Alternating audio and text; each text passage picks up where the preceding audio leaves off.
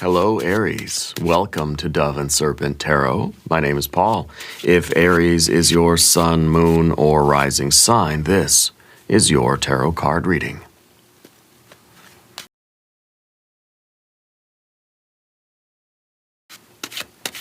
Remember to hit the like button, leave a comment, consider subscribing to the channel, especially if this reading resonates with you. If there is anything you would like me to pray over or meditate upon or send positive energy toward, please let me know. Now, this is a general reading, so try to be open and receptive to whatever may come through during our time together. I am merely the messenger, and I ask you to connect directly with each of these cards and use your own intuition to take you beyond the details that I provide. And remember, Aries, that the most important part of any tarot reading is you. And here is an Ace of Pentacles. This is the first position of the spread, the station. This represents your subjective experience. This is kind of like, this is what you think about when you close your eyes to go to sleep at night. Feels as if there is an opportunity on the table. This is Spirit offering you a gift. It's a ticket to ride. Okay? And so it feels like you're holding this ticket and you're just thinking, should I get on that train or plane or bus or whatever it is? Should I do this? Should I take this first step? Okay? And so it feels as if there is a physical path, a physical opportunity, something is available to you right now. It's up to you if you're going to accept this gift, if you're going to kind of extend your energy out from this. This is kind of, this is the starting point. This is really, it means an ace, but it's really zero. It's kind of like saying, I haven't started the path yet, but I've got the ticket to get on this path, and, well, what am I going to do? So I feel like there is that decision for you. I feel like you're somebody who's kind of ready. Right? I feel like you're someone who is going to trust the timing on this, but let's put this card into a little bit of context. Let's see what other cards surface here for you. Oh, well, of course, it's the Emperor. It is your Aries superpower card. The Emperor is associated with the sign of Aries. So this is you taking charge. This is you kind of suiting up and showing up, okay? We have the universe itself inside of you, right? We've got a Knight of Pentacles. You have an 8 of Wands. You have the 2 of Swords. You have to decide. You have to decide. I don't think this opportunity is going to be around forever. So I do feel like you've got to trust the timing here. And I feel like this is going to change your whole world. This is the world or the universe. This is happening quickly, right? 8 of Wands plus the universe. Yeah, this is like, as soon as you take that first step, I feel like you're going to be whisked away to a new reality, right? But here's the 3 of Pentacles, the Princess of Pentacles, the 7 of Swords, and the 8 of Swords. There is some resistance to this decision for you. I feel like this could really change everything for you. I feel like there is a strong financial component to this in some way. I feel like this is almost like an investment. This is something, especially with the Princess of Pentacles here, right? Because this is the card that's going to turn into the Empress. It's kind of like that if you were to take this opportunity, it would level up your life big time. Like this could lead to all the success that you've ever dreamed of. What's the hesitation, right? What is the resistance? Well, there's doubt, there's self-sabotage, there's confusion, a little bit of all of that with these swords cards that are kind of clustered right around here. Let's select our mystery card, bonus card, confirmation card. This is a random card from the Smith-Waite Tarot. This is the factor infinite and unknown. We're going to set it here with Tiny Bob Ross right on top. Now, we're not going to look at that happy little card until the very end. It will tie everything together. It will give us the confirmation that we need at the end of the reading. If at any moment during this message you feel like you may know what that card might be, put your prediction down in the comment section below the video. Now, as we look around the room, very interesting.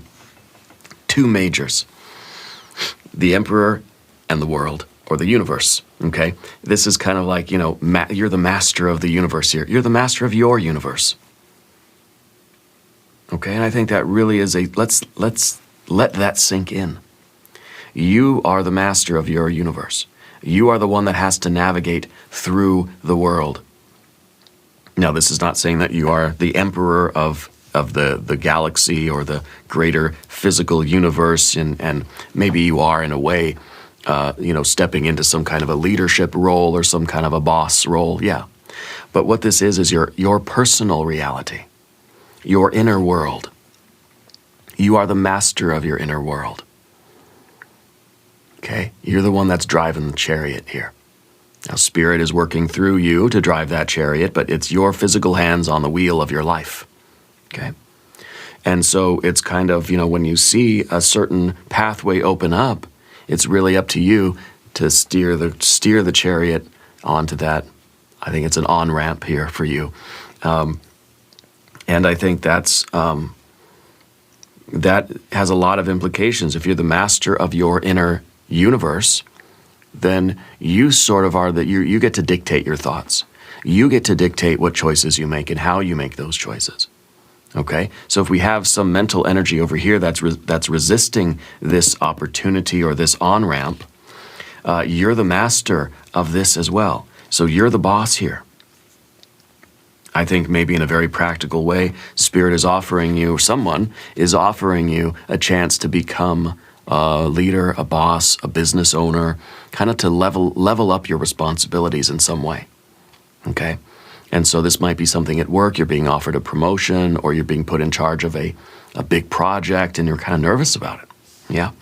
So we'll bring this down to a very practical level, but let's remember that we are driving the chariot of our lives here. And you are the ruler, you are the authority, you are the emperor of your own inner universe. You are creating your personal reality through your choices. And how those choices reach the level of actions, behaviors. You're moving the physical world, you're making changes in the physical world. Okay. So we have our two majors anyway. We've got fire. We don't have any water, not even a hint of water here. Okay? Because I feel like we haven't yet recognized the joy of this. We're still nervous. That we don't yet feel all the joy, all the happiness, all the beauty and love of this path because we haven't started it yet. Right now we just kind of got sweaty palms and we're kind of nervous. And so we don't yet have that free flowing joy, that love, that water energy yet. Okay? Maybe the mystery card, fingers crossed, right?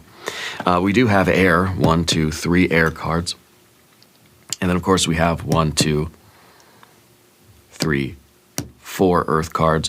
Even the universe or the world is an earthy card. It's a Saturn plus earth combo card. Your Aries energy is fire, right? Your cardinal fire sign, but it also is the fourth mystery of the tarot. So this card is all about how our ego, how us as conscious human beings, take our life, really, and make something of it. The authority to create.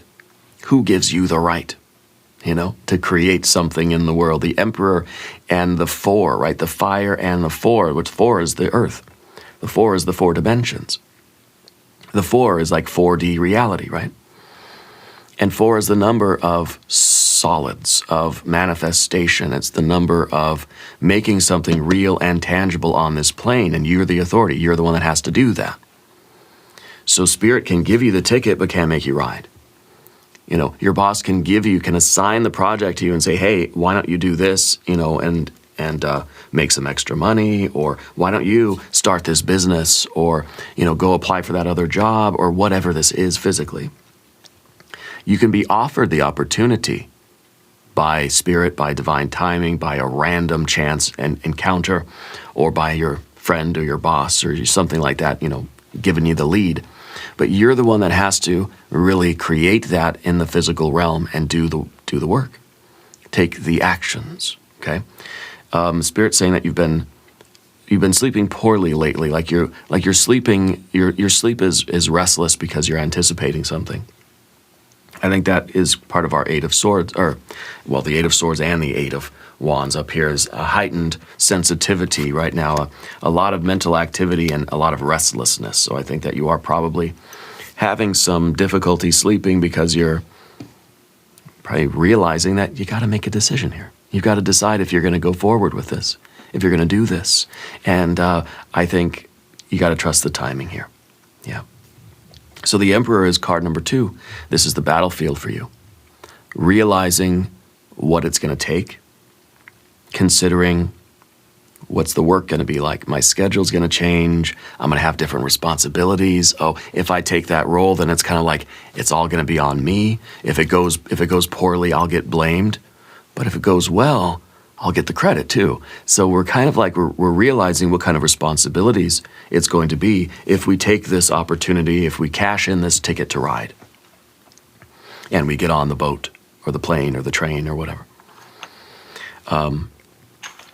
So that's the battlefield right now, is to sort of to make that decision to take on this extra responsibility. It could be that you're being put in charge of the project, you're being a leader somewhere, maybe this is the business owner. There's a lot of responsibilities. We're taking ownership here. We're accountable now. Okay? Or at least that's the implication. And so we might be focused more on the challenges, the responsibilities, the blame that I'll get, the accountability that I'm going to have to own. And that's kind of a heavy weight over here on this side. But then on this side over here, it's like, I'll get the money, I'll get the sense of satisfaction. I feel like the water energy's got to be here somewhere, so I feel like I'm going to be happier doing this. Even though it's more work, I'll be busier, I'll have more responsibilities. It'll be, maybe you're thinking of starting your own business. Maybe you have the opportunity right now to maybe you have some free time somehow, and you're thinking, well, maybe I should start this new project, or I should start this business, or this side hustle, or whatever it is. And it's just like, well, I'm adding more responsibilities onto my life.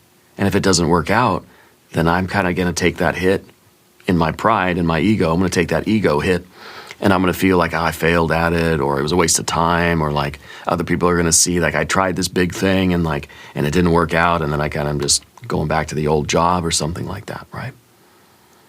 So this is a risk, and the Emperor has to assume those risks. What does a good Emperor do? Takes all the data into accountability. You got to talk to all your viziers, all your advisors, and you've got to take in all the data that you can, but then you have to follow your intuition. That's exactly what we see in the air cards here. The 2 and the 7, but not the 8. If things continue as they are, you're going to get the 8 of Swords. So what we have to do with this 2 of Swords is choose a different timeline. Choose your own adventure book, right? I should do a video on tarot logic about that. This is that moment where we fork the universe, where we split into a different timeline. If things go the way they're going, well, we see that we're running into the delay, we feel the anxiety, we're overthinking, and that's going to kind of be where it ends. But what we can do is we can choose something else. We can choose to use these 8s as positive energies rather than as restrictions or limitations. Now, down beneath the surface in your soul, you feel the possibilities here. Something inside of you is saying, this could be it. This could be bigger than big. This could be cosmic in scale, right? And I think in a very physical way, you kind of know, like, if I start this, it could get really big, And maybe that's part of the anxiety too. It's like, I'm kind of scared of success, because what if this thing really blows up and you get you're like the next Mr. Beast or something, right? And that's a lot of pressure, because then you have to keep it up. Then you've got to continue doing that. And then, of course, you're like the owner of the company. You're like the CEO or the boss, and everything's on your shoulders. So it's like, oof, am I strong enough for that? Okay. So that's what this card is under the surface here, is saying this can be everything. This can be huge. There's no limit, really. But this card's also about delay. Okay? It's also about boundaries and restrictions. Are you limiting yourself? Are you thinking too small? Are you feeling like you're just a little speck of dust in the vast infinite universe? It's like, who am I to do anything, that great, right? And I'm nobody. I'm just a little dust. I'm a little piece of dust floating around on a bigger ball of dust in this vast infinite universe. And so we might feel that we were overwhelmed by that potential. This is almost like an agoraphobia. It's like a fear of these wide open spaces, So this is the card of us keeping ourselves small, because it's like you're a goldfish and you're in this little fishbowl and you've grown to just the right size for the fishbowl, and you're thinking, I like my fishbowl. I know where the edges are. I know where the boundaries are. I know the limits in this fishbowl. Imagine if you took that little goldfish, threw it into a vast ocean, kind of like the reverse Finding Nemo here. And you put that goldfish into the vast ocean, and suddenly it's like, it's scary. Like, I miss my little fishbowl. Because now there are predators. Now there are much bigger fish. Now you're kind of like you're playing with the professionals now, And so there's that kind of anticipation, or that kind of nerves. That's kind of a resistance, when we think about those things. Maybe the trick here is, let's not think about those things, but it's hard not to. Okay. This is the card also of your own reality. This is literally the card of reality.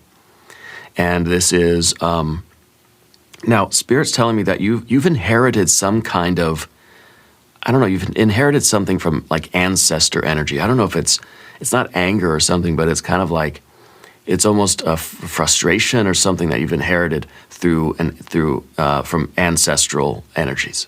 Yeah. And maybe that's something you've been working on or something like that. Anyway, I'm getting a strong grandmother energy here for you. Yeah. The universe card is our own personal reality. Since this is under the surface for you, this is talking about your internal reality. If it was over here, it'd be the world around you. And so I feel that a lot of this kind of wide open space, this infinite potential and possibilities, the idea of being the little goldfish thrown into the vast ocean, all of that now is just kind of an inner perception. Okay? That we might be really working ourselves up into a fear by visualizing and imagining and letting our thoughts kind of go in that direction. Okay? But this is your world, your personal reality. And the Emperor knows that it's responsible for this. This is the Emperor, this is your realm. And of course the Emperor is responsible for the realm. You got to do what's good for the realm. You imagine an emperor that was a little timid. I'm sure there have been. I'm not really a history buff, so I couldn't tell you. But that is, kind of too timid to make those big decisions. They would get deposed very quickly. Okay. So the ego here, the emperor is that ego fortification that's saying, my world is mine and I need to take responsibility for how it goes. Now, I can choose to stay in the little fishbowl, or I can choose to expand my world. I can choose to build the world. It's like the emperor, as soon as, they think of the old pharaohs in Egypt, as soon as they got into power, they just started these huge, big building projects, these big public works projects. I'm going to build the biggest pyramid in the history of Egypt, right? Because they wanted to be known for something. They wanted to leave something behind. They wanted to immortalize their legacy kind of thing. And maybe that's what this is. Maybe the ego is starting to realize that this isn't just me in my little life and I'm going to do something, I'm going to get successful and all that. No, this is like you're doing something that's way bigger than just you. And so the ego is kind of feeling its perspective, feeling its smallness a little bit, but being okay with that smallness because we're doing something that is... we're doing something that's meaningful, that's going to last even after you're gone, right? It doesn't mean that you're kind of creating the next like hit record or something, or anything that's literally that's kind of going to immortalize you. But even if this is like you're starting your YouTube channel, or you're going to start this new, maybe it's an exercise routine or something, you're doing something that is more important than just the ego's fears. Okay? To me, this feels like something really big. Okay? And so it feels that that we're taking the responsibility for this thing, because it's going to, I don't know, it's like almost it gives us that sense of purpose.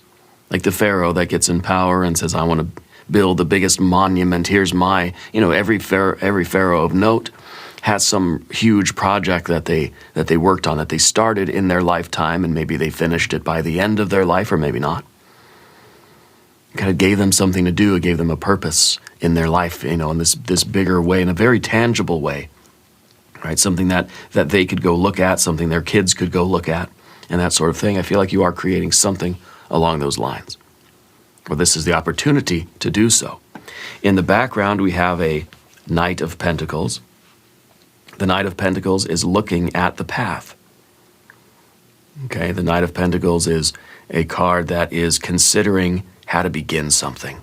We haven't yet started, but we're looking into the future. We're seeing the Ace of Pentacles all the way through till the 10. So what it really is, you're seeing the steps of the path. Maybe we don't know exactly what it's going to look like. At the end, we look at this card, the Knight can't really see the summit of the mountain. But generally, you can see kind of what it would be like. You can see, in a way, kind of a step-by-step how it might go. And I think that we're realizing that, yeah, the first step is the most difficult step. But we're kind of looking at that mountain and thinking, it's kind of steep. It looks a little steep. It looks a little bumpy. Looks a little rocky. Doesn't look like there's much vegetation. I certainly don't see much shade up there. So this is going to be tough. And we're looking into the future here. Of course, this card is in your past. So I feel like there has been a great delay, that maybe this opportunity has been with you for some time, and we've just been kind of standing here like jaw wide open, jaw dropped, and we're just looking. We're looking at the future. And maybe the Emperor now is saying, I got to snap out of this kind of this state of wonder, or this trance of splendor, and I just have to take that step. I've got to do it. I got to make the decision to take control of my life and start changing my timeline, altering my universe through my decisions. Every step I take is altering our universe. Every decision we make, every blink of our eye, every beat of our heart is changing our universe in some way. Changing our personal reality. So the Knight of Pentacles here is really suggesting that this has been something that we've been entertaining for a while, that we've been kind of looking at it for some time, and maybe now it's like we are suited up.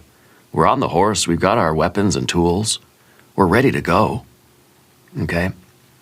And so maybe we've had the impulse, we've had the desire, we've formulated a plan, and now we're just about ready to set out on the path. The Knight of Pentacles is just about ready to take that step. And that's exactly what we're doing here. That we've done the fire, water, air, and now we're ready to do the earth. We're ready to take the step. We're ready to put something into physical practice. Taking the first physical step toward this. I feel like your Knight of Pentacles is very prepared. I feel like you got snacks, you got some water here somewhere, your armor's all polished up, you're ready to go. Okay. There's still some anxiety. The Eight of Wands. Eight of Wands is swiftness. First, let's talk about that. I feel like part of the delay here is that we've been waiting for the right time. I think now we're trusting the timing. Because I wonder if we have been preparing for a long time, and we've gone through the fire, right? We've had the impulse, the will to do it, right? The inspiration, I want to do something. And we've had the desire, I want to do it. I feel a purpose here, I'm drawn to it. And we've had the air energy, the planning, kind of figuring out the roadmap. And now we're here on the cusp of that first step. Okay? Why is there that delay? Well, right now, as we're on the threshold, we might be getting a little bit of stage fright. You've done all the preparation. But now we're right on the edge of just about to kind of get out there. And we might be feeling that anxiety, that stage fright. But I think, that we've been pausing on the edge here because we're waiting for we're waiting for some kind of green light, or we're waiting for that moment where we feel everything inside of us just kind of clicks together and we can do it. Because once we start doing it, I feel like you're going to be whisked away into a new future.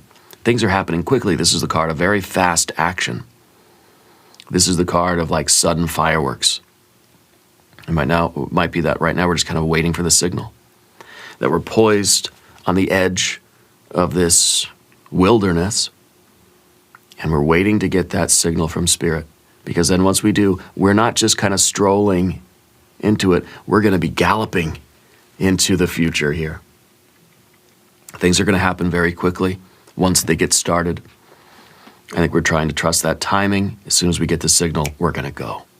In the future position, the Two of Swords, the card of choice. Now this card is very interesting. I love this card. I'm going to do a video about intuition for Tarot Logic. Go subscribe over there if you haven't yet. The thinking has to come first.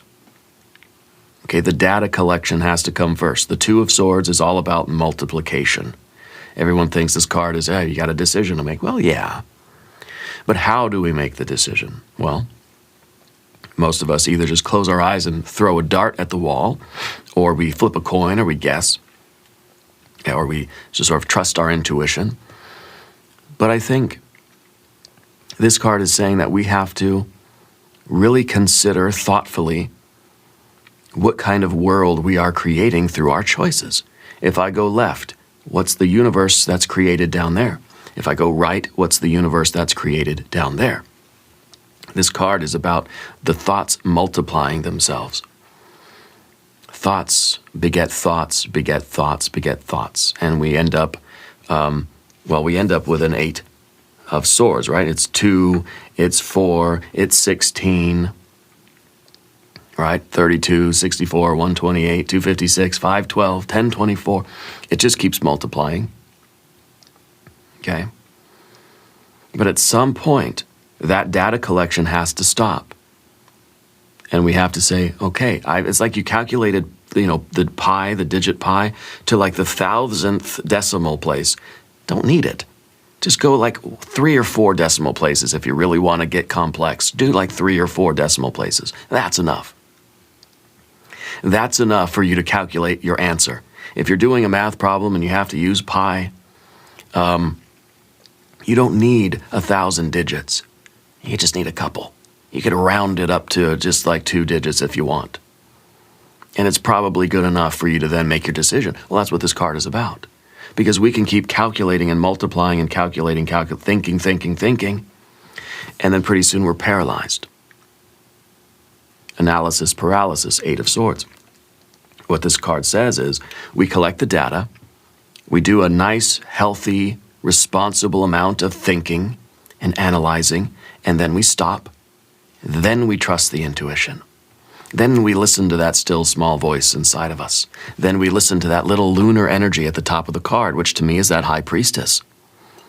High Priestess is associated with the moon, with the waxing moon, right? The widening of the psychic aperture and the opening of the third eye. But I think we have to use our intellect as well.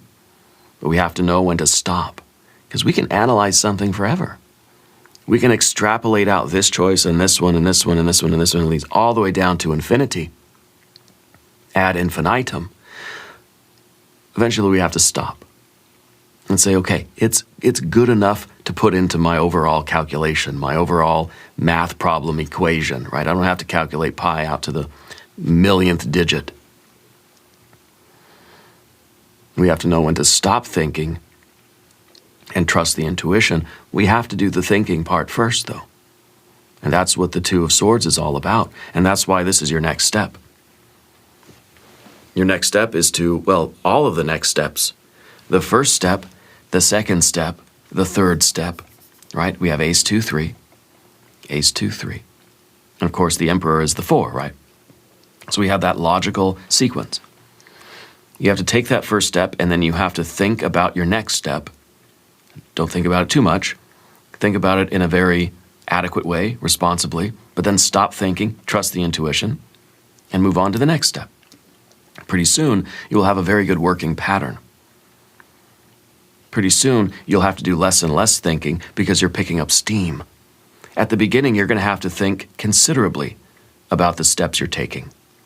But over time, that thought process either becomes shorter or faster, I don't know which, but the intuition kicks in and it's able to go so much faster, right?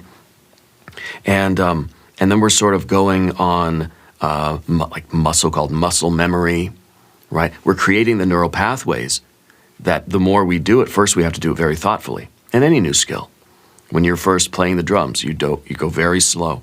Each drum stroke is very slow and very deliberate. Okay? You're creating the neural pathways and the nerve pathways, the so-called muscle memory. And you're thinking about every stroke and you're analyzing everything. But then once you do that a few billion times, you can just do it without thinking. It doesn't need that kind of conscious attention. And so to me, it's the same thing here with whatever you're doing. I don't know if you're learning a skill or something, but making those decisions, going through the thought process, and then ending with the intuition, that process gets faster because we've trained our nervous system and our aura to do that. And so it's able to happen much easier. And that resistance is gone. That's what we need to do with this card. Otherwise, we're in analysis paralysis. Otherwise, we're stuck and we're not going to go anywhere. Okay. Do you own a pendulum? I feel like you have a quartz crystal. You use it as a pendulum sometimes, yeah? I think that's a wonderful practice. I think flipping coins is a wonderful practice too. Let's talk about the path of the serpent. As we do this, I'd like to ask for your subscription. If you haven't subscribed, please do. Your general energy is the Three of Pentacles. Three of Pentacles is a card of work. It's saying, let's get to work.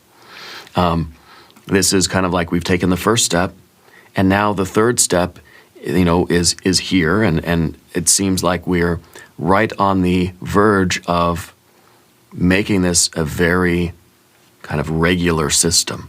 That at the beginning, when you're in the Ace 2-3, everything is slow, deliberate. I got to think every move I make, I have to think about it. When we get to the 4, we have a system going. And that system goes round and round and round, and it's so much easier. I'm thinking of like a 4 of Wands, right? It's just sort of happening. It's kind of like a 4 of Wands to me, which we don't have on the table, but it's implied here with the 1, 2, 3. Now we got the 4 in our imagination, okay? So bear with me. To me, the 4 of Wands is like the campfire. That at first, you're 1, 2, 3. Okay, you've got to find the kindling, you've got to have a spark, you've got to find some way to make the spark, and then you've got to sort of, you got to feed it with oxygen and more kindling so that you can get the fire going, right? So the 4 of Wands is we make the circle out of the stones, we collect the wood and the kindling, and then we create the spark, and then we kind of nurture that spark so it becomes a nice fire. Well, that's the Ace 2-3 process. Once you get to the 4, that fire is sort of, it's creating itself. You don't really need to do much to it. You know what I mean? You don't have to sit there and keep feeding it kindling constantly. No, you're going to smother it. You don't have to keep giving it oxygen. No, you're going to blow it out, right? You don't have to keep giving it the spark. It's a fire. It's got its own spark now, right? So that the first 3 components are no longer really necessary. Of course, you have to do maintenance. You might say, oh, well, okay, it's starting to rain. I might have to put a little cover over the fire, whatever. Put a couple more sticks in there. Put another log on it. Put another shrimp on the Barbie, yeah. You might have to, kind of blow on it if it starts to get a little low or something like that. But generally, the fire's in there creating itself. It's a self-created thing at that point. But you've had to get the engine going, right? You had to make it turn over like a car. You turn the key in and you turn the starter. Eventually, it creates the spark, and then the engine starts going. The sparks are created of its own momentum. The movement of the pistons in the cylinder heads is turning the whatever drive shaft, not the drive shaft, but the camshaft, and all the other things are happening, and the sparks are happening because of that motion. So it's kind of like it's perpetuating itself anyway. So that's what we're going with the Three of Pentacles. And that's why it's kind of slow maybe at the beginning, or it's more nerve-wracking at the beginning. This is going to happen very, very quickly. So I feel like the steps 1, 2, 3, you got to be ready. You got to be on the ball. Okay? Well, this is just the card of getting to work. It's saying, let's do it. Let's start the process, because once we do, this is something that's pretty much going to run itself. You're going to have to show up. Let's say this is you becoming a boss in a new department at work. You're still going to have to show up and do the boss stuff. But it's going to get so much more easy and so much smoother, because you will have done all of the difficult work at the beginning, and then it's kind of, now it's just like a system. It's like a wheel that spins, and it's well lubricated, so it's just going to spin. It's going to keep going. Once in a while, you'll have to give it a nice throw to keep the speed up again, but it's pretty much going to be good to go. Yeah. In the environment, you have the Princess of Pentacles. And that is much different than our universe card. This is how we perceived this situation, right? We said it was like a goldfish, being thrown into an ocean. We thought, oh, this is going to be so overwhelming. I'm going to be just like lost. I'm going to be a little speck of dust in the universe here, and that's gives me anxiety to think about it. When you actually get there, though, and it turns out to be a Princess of Pentacles, I think that this is you feeling much more comfortable in the situation. This is you realizing that, hey, I'm not like a tiny fish in a huge ocean. It's like, I feel comfortable here. I feel like I got stature. I feel like I belong here. I feel like I can handle this. I know what I'm doing. It feels like you get there and you realize that this is not an intimidating group of people or the department or the work itself. This isn't overwhelmingly, I'm not out of my league. I'm not out of my depth, all those cliches. I feel like this is something that I really know how to do, and I feel effective. Okay? And I think that this card is how you're looking at this situation and thinking, yeah, if I put in the work, like without me, nothing's gonna grow. It's like this is the garden, and I'm the gardener, and I need to put in the work and put in the effort, and this garden's gonna grow. Once you get the garden growing, you do your maintenance things here and there, and you have to, pick the fruit and the vegetables and stuff, but the thing grows itself. I've never grown anything. I don't know how to stitch molecules together. It just sort of happens. I give it some love, some water, sunlight, and soil, and there it is. Okay? Same thing for healing, same thing for anything, really. We're not doing anything. We're facilitating, at least from the ego point of view. The ego is the facilitator, not the doer. It's not the one healing anything. It's the one that's setting up the environment so things can grow. So this is you tending to that environment so this princess can grow into the empress. That abundance, that this really has the potential to be just bountiful, right? Truly abundant in your life. I think you're recognizing that as soon as we get out on this path, we're just going to think, this isn't scary. This is opportunity. This is a gift. I feel blessed that I'm here, and I'm so glad that I got on this path and I'm doing this. I wish I would have done it sooner. Okay? But the next card in the position of the obstacle is, of course, the doubt. Okay? As soon as we do the Two of Swords things, right? We analyze, we ask the questions, we investigate, we think it through, we create a plan, and then we stop, we trust the intuition. Seems simple, right? Smooth sailing from there. No. Because what happens is we start to follow that intuition. The two swords become the one sword, and we trust the intuition. But we still have all these other doubts that creep in and think, maybe I didn't plan enough. Maybe my plan's no good. Maybe I am too small. Maybe I am out of my league or out of my depth. Maybe this isn't for me. Maybe I'm going to make a fool of myself. Maybe. Okay? So we do the work of the two and we trust the intuition. We think and think, we analyze, and we stop and we trust, right?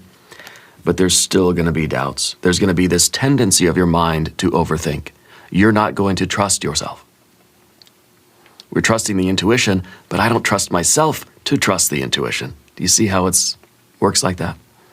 So the mind is always going to come at us with these other little daggers. We're trying to stay on that straight ace of swords, the clarity, the trust, the intuition, the cosmic connection. But there's always going to be those doubts and the internal criticism. Okay? This card is also in the position of your fear, worry, and concern, which means that we're sort of scared, or we have some anxiety about getting criticized by others, about our ego getting hurt by, we're here in this new place, doing this new thing. Let's say this is me finally going and doing jujitsu. Well, my biggest fear is that I'm going to make a fool of myself, that I'm not going to know what I'm doing, and people are going to notice that I'm kind of a novice or a neophyte, and well, I'm going to get laughed at or criticized, or people are going to tell me I'm bad at this, right? Sometimes the criticism is going to be a very necessary part of the path, though. Okay? For a couple of reasons. One, criticism helps us grow. We're not going to tolerate unkindness or cruelty. It's not a 9 of swords. We're not going to tolerate that nonsense. But criticism is okay. If I'm here, I'm new, I'm doing this thing, and I've just started this, right? And I'm that confident, fortified ego emperor, I want you to give it to me straight. Nothing worse for an emperor than all your viziers and advisors just placating you, telling you what you want to hear. Oh, emperor, you're great. Everything is perfect. You're doing a wonderful job, right? Because they're scared of you. No, you want your people, your trusted advisors, to say, hey, you're not doing that right. Try it this way instead. It's ultimately your executive decision. But if I'm here doing jujitsu, I don't want my coach to say, oh, you're great. Yeah, perfect. Everything's fine. Because then I'm going to go to a tournament, I'm going to get my butt kicked, probably get hurt, and then I'll really be upset, right? So I want my coach to say, no, don't put your foot there. Don't do that move. Don't do that, do this instead. Learn these things, do these drills and practice these skills and that sort of thing. That's the kind of criticism we want. Okay?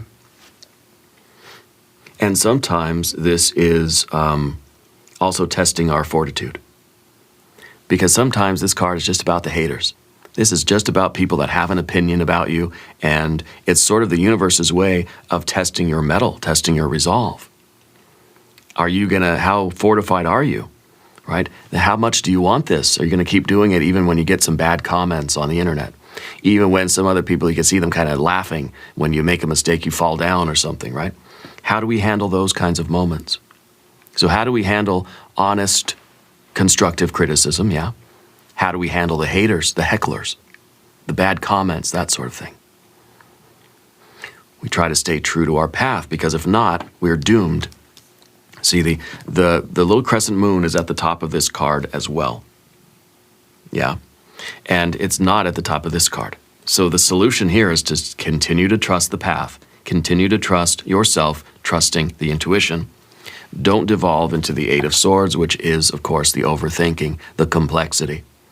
I've let somebody get into my head, and now I'm just lost. I'm gone.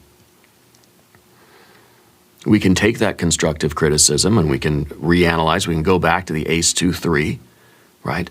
To get the pattern and get the smoothness going, right? Slow is smooth, smooth is fast. But once we internalize that criticism and we start doubting ourselves, then we're gone. Then we're going to quit. We're going to give up. We're going to say, I don't know what to do. I have no idea. The emperor will be paralyzed. Emperor, what do we do? I don't know. You guys figure it out. I have no idea what I'm doing. Rather than, I don't know, let's figure it out. Okay? So we got to be really careful with this card. We don't want to devolve into this. Let's look at the mystery card, though. I'm thinking water energy. I'm thinking Empress. I'm thinking Wheel of Fortune for some divine timing. I'm thinking maybe we need a 9 or a 10 of Pentacles. Maybe we need another World card. I don't know. If you have a prediction, put it in the comment section below the video. Let's see what it is. It's a King of Wands. Yes, of course it is. The King of Wands is a fixed fire energy. Okay? It's not a cardinal fire like your Aries nature. This is more of a Leo nature, the fixed fire. Once we get on the path, we set the cruise control. We stay with it. The Aries energy, cardinal fire, is the first rush of energy. It's the first feeling of I'm motivated, I'm excited, I'm enthusiastic because I'm just starting something out. But then once we start getting down to the real work and the real criticism and the real, like difficulty, it's like, oh man, this isn't so exciting anymore. The rush of enthusiasm at the beginning is wearing off. That's when we need our fixed fire energy, because it's like setting the cruise control. It's saying no matter what, I'm going to keep going. This is the difficult middle. You have your cardinal signs, your fixed signs, and your mutable signs in astrology. The cardinal signs are the first rush of the element, the first rush of fire. I feel good. I feel fired up about this. This card is that fixed fire, that long, difficult middle. I just got to grind away. I've got to find a way to motivate myself. I've got to find a way to not lose steam, to not defeat my own energy. I've got to take care of myself, body, mind, and soul, because I want to keep going. I have to be able to deal with the challenges and stay consistent. And of course, the mutable is the joy and pleasure when something's winding down and we're about to finish a cycle, okay? But right now, what we're being told is it's going to get difficult, as you go through this process, but you got to stick with it. It is so worth it. Your whole world is about to change very quickly. You've got to be a steady force. You have to be consistent. Yeah. This is the cruise control. You set your car at a certain speed. I want to go 65 miles an hour because I can't drive 55. 65 miles an hour now. And if you're going downhill, well, guess what? You're going to start to pick up speed. So your car's computer, maybe the emperor, is going to reduce the throttle so that you slow down a little bit. Try to keep you at 65. Because you're going downhill, you don't need that much gas. Let off the gas a little bit to keep your 65. If you're going uphill, guess what? You're going to have to put in more energy, burn more fuel, push down further on the throttle, increase the RPMs, because you're trying to maintain 65 miles an hour. Okay? And so that's the variation. So when we say cruise control, it's not just you're going at a steady level of exertion. We're knowing how to continue making the same progress. We know when we have to speed up. We know when we have to kind of slow down, or when we have to ease down on the throttle, or when we've got to push harder to maintain the same consistency. Okay? When to push ourselves and when to back off a little bit and kind of let things flow and just coast, while maintaining that consistent flow. I think this is really wonderful energy. We're going to do an extended reading too. If you want to stick around, we'll do an I Ching hexagram. We'll do some oracle cards. There is a link in the corner and a link down below. New readings for Aries on Wednesdays and Sundays. Be sure to watch both readings. Subscribe to the channel if you haven't yet. Leave a comment and let me know where in the world you are watching from. I want you to know that you are the most important part of Dove and Serpent Tarot. I thank you and I love you, and we are all in this together.